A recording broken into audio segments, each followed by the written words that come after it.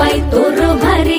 दिसते भारी गणपतीची स्वारी अन आला धादिस मामाच्या घरी मालवण चिपळूण सावंतवाडी माझ्या कोकण गावांचो दिमाग भारी